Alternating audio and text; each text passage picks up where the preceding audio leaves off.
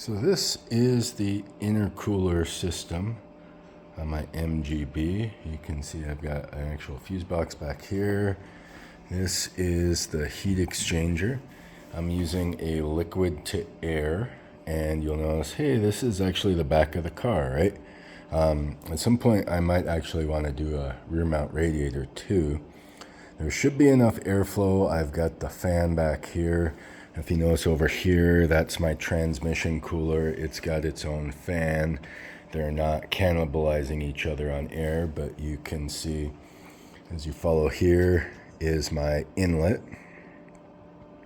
And so water comes from the engine, or coolant basically, all the way back here, enters the heat exchanger here. At the very bottom, you can see an outlet which comes to this pump, which then runs it under the car. I'm going to fix these into the car a little bit better when I get a shot, but I also want to see how it sits on the ground, make sure I'm not pushing into anything. Underneath the car, I have some brass fittings, and then I made some, basically, I didn't want to use pipe because it's ridiculously heavy. So I used tubing, comes all the way to the front. I also didn't want to use hose because it's really stinking expensive to use, like 20 feet of hose. And then sometimes the car, it sits really low. So I don't want to go over a speed bump and then suddenly be losing coolant from my intercooler. Comes up here. The wheel right now is cranked over to full lock to the left. It's kind of hard to see from this angle. I just wanted to make sure I had clearance. Comes in here, and then the red hoses go into the heat exchanger under the supercharger. You notice this is not a fun bit of real estate to get into. My alternator is currently loose because I've got to get a hose, or not a hose, but my belts. Since I'm using a root style supercharger, air to air was not really an option. I think they make one, but it honestly seems like the sketchiest. Well, I don't know if it's sketchy, it just doesn't look like it'd work as well.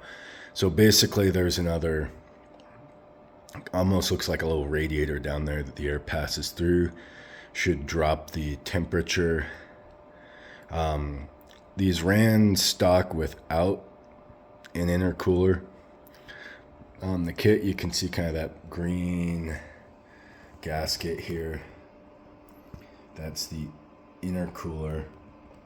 It's almost 2 inches thick, and the kit basically is to lower the intake charge. I want repeatability where I can run it, and I want to start to push the limits of what kind of power I can make. You can see I've got a radiator here, Ford Mustang, that's really laid back so it can fit as big of a core as possible.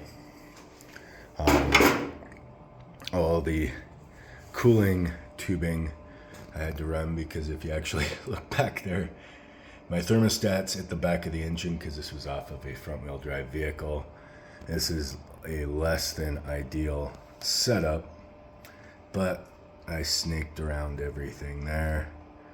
It's just about done. If you look down there, that is my oil filter because there's no room down where it comes off, and there would be a crossover pipe from the exhaust going right there anyway. So these are the joys of dealing with stuff the way it wasn't supposed to work. This is a heater bypass hose I had to do. Hopefully when I put it all together, nothing leaks. I've done most of the most of the plumbing, and then here is, you probably see this, like, why is this proportioning valve up there? That's one of the next projects. We're gonna do the brake lines, which this is an odd master cylinder, by the way.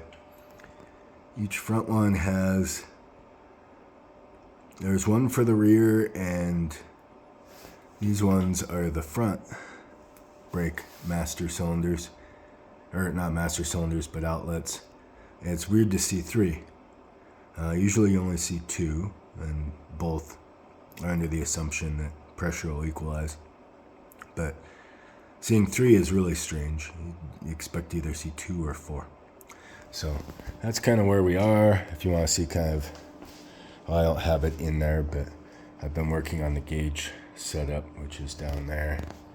And the next thing is going to be a gas pedal that is not in a weird position. Like if you look at it from the side, maybe that catches that having 1 foot about 3 inches back is less than desirable. So that's kind of an update on the car.